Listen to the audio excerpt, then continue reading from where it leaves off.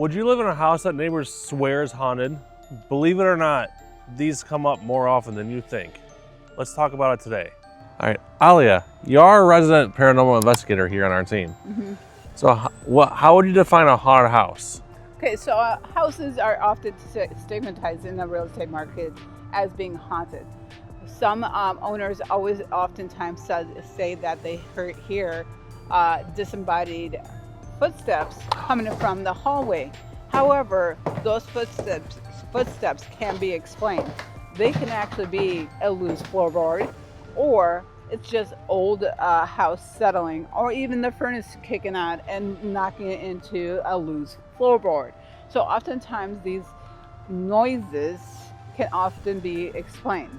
So, and a lot of times, just the town stigmatizes these older houses as being haunted because a lot of kids or a lot of people just have unexplained things happen to them when they're in these older houses or around these older houses, such as the Kemper Center here in Kenosha. They're in the Kemper Center and they say, I've heard disembodied voices. Lights have flashed on and off. Doors have locked behind me when there's nobody else here. Mm-hmm. Sometimes these things can be explained, sometimes they can't. And oftentimes these houses that are being stigmatized are the older historic homes. However, as a paranormal investigator, you don't have to have an older home to have it being haunted. But oftentimes it does get stuck into a reputation because of the age of the house. So don't let the age fool you, especially us people. Some buyers in the aspect of real estate are drawn to the history and ghost stories that oftentimes are passed down from generation to generation. Believe me, I have the mixture of both because of the fact that I am a historian at heart and I love the history that older homes have because they've seen through a lot of events that we have not seen at all. However, combined with the legends, stories and stuff like that being passed down, oftentimes it kind of gets overdeveloped and kind of plays into our imaginations a lot easier.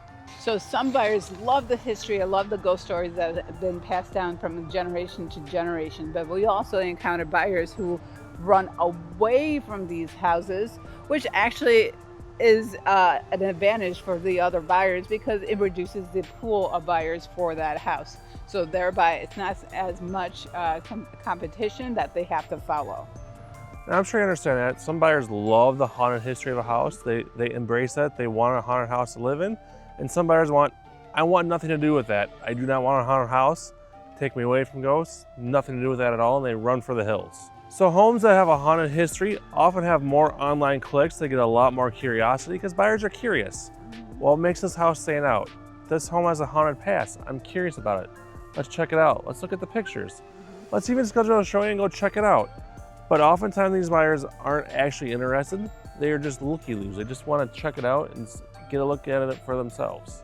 It's like the Conjuring house that's up for auction on October 31st of this year of 2025.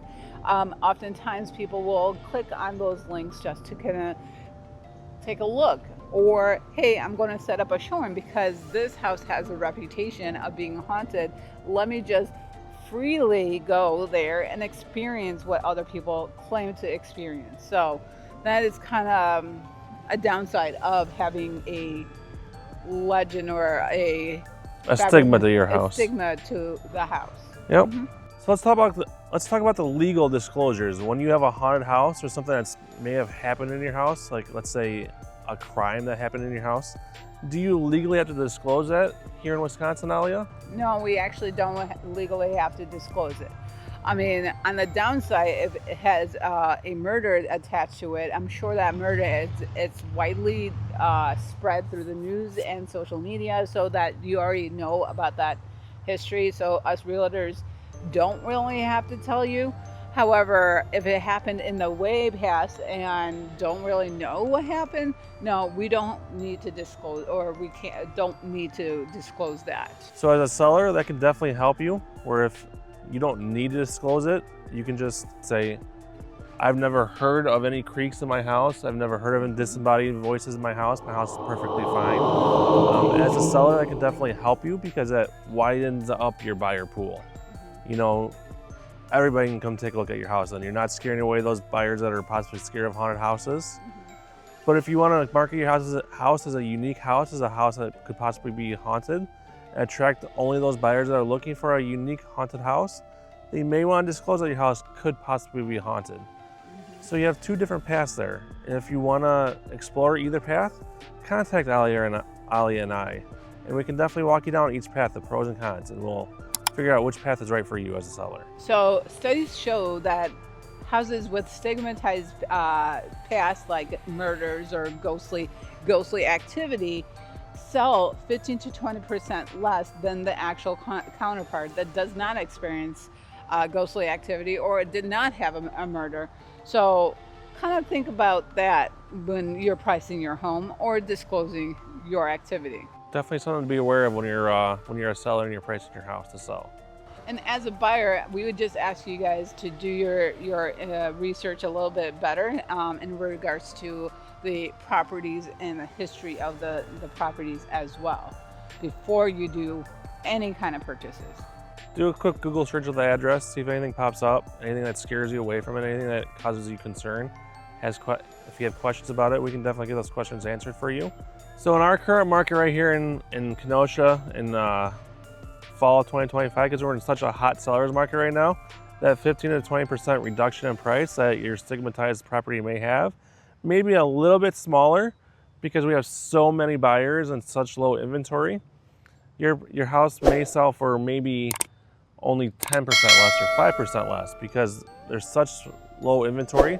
The buyers don't have much of a choice, that they'll take almost any property that's available that fit their criteria.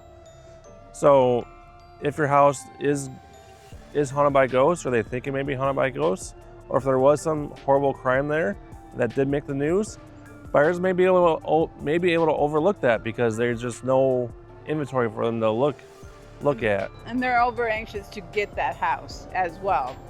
Maybe they can overlook the past, maybe embrace it a little bit.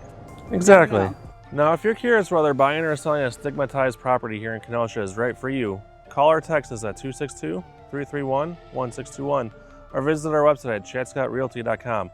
We have a free guide there for you, buying or selling a stigmatized property in Kenosha, Wisconsin. Free for you to download, and we'll be happy to send it to you anytime. Let's get back to the video. So Aalia, what are some tips that we have for buyers, whether they're looking for a stigmatized house or not? What are some tips we have for them? Okay, so one of the tips is to tour that house at different times of the day.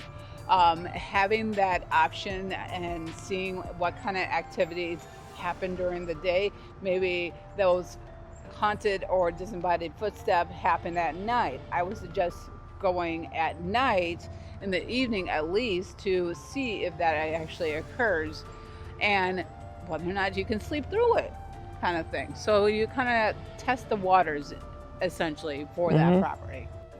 Another tip is talk to the neighbors. If you see neighbors outside mowing their lawn, working on the cars, just hanging out outside, talk to the neighbors and they'll give you the real story about the house that you're thinking about buying. They'll tell you, oh yeah, that house is definitely haunted, or no, that house is fine. We've never heard anything about that house. They'll tell you what's really going on in the neighborhood. They'll tell you what they think about that house. Neighbors hold nothing back. They'll tell you the real story. So as I mentioned before, that those disembodied footsteps on that hallway may be a floorboard loose or a plumbing issue or even the furnace kicking in. We would recommend a thorough inspection of the property because it can uncover different aspects of some issues that may occur and may be causing the noises or occurrence to happen. So inspection will definitely uncover some of those issues that the current owner may think is a haunting, whether it's electrical issues, plumbing issues, loose floorboards. You never know what it could be.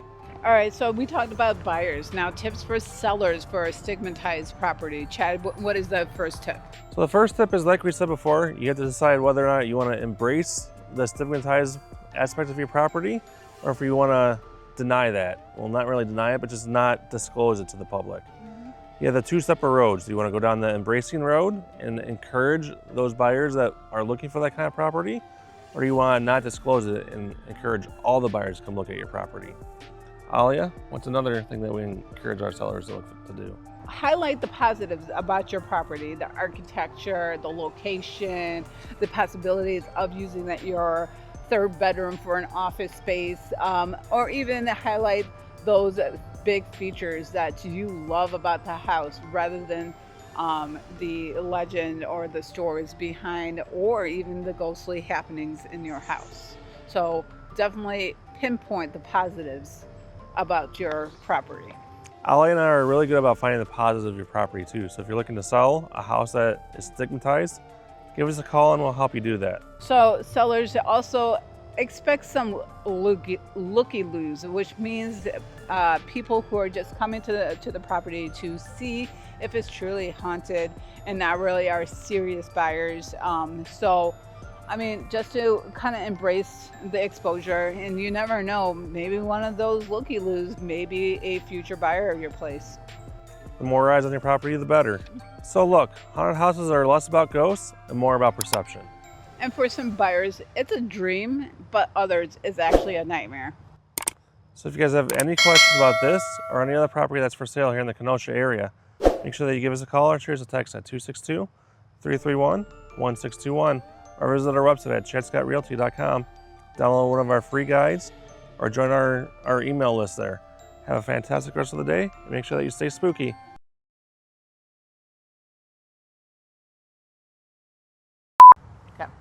A house usually gets stigmatized as being haunted, especially in the real estate term. Okay, I thought the... So in real estate, oftentimes a house gets stigmatized as being haunted. If you start hearing